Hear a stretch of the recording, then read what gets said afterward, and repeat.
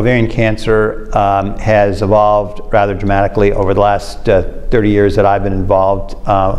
Fortunate enough involved, honored to be involved in caring for patients with this very difficult illness.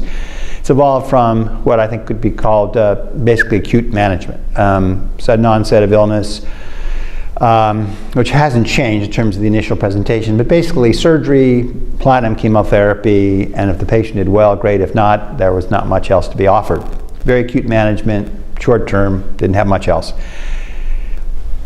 The initiation of therapy in ovarian cancer remains really quite similar, although the drugs are certainly less toxic and more effective than when I started. But the difference is we now have many options, an increasing number of options available to our patients, including far more precise therapies such as PARP inhibitors, but that the illness has transformed itself in many patients into really more of a chronic illness, where we're managing patients now not over a period of months, but increasingly over a period of many years.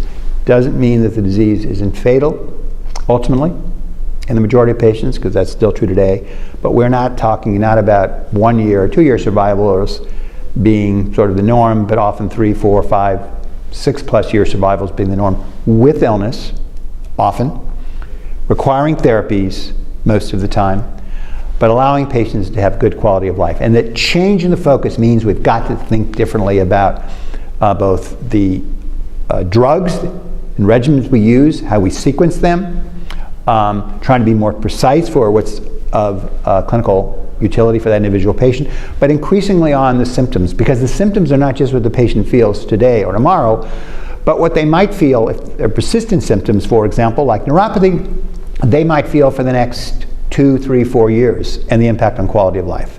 So my point in my talk always going to be we've got to very much reconsider drug development strategies, selection of treatment strategies, regulatory approval strategies as we move forward in coming up with concepts in the management of ovarian cancer.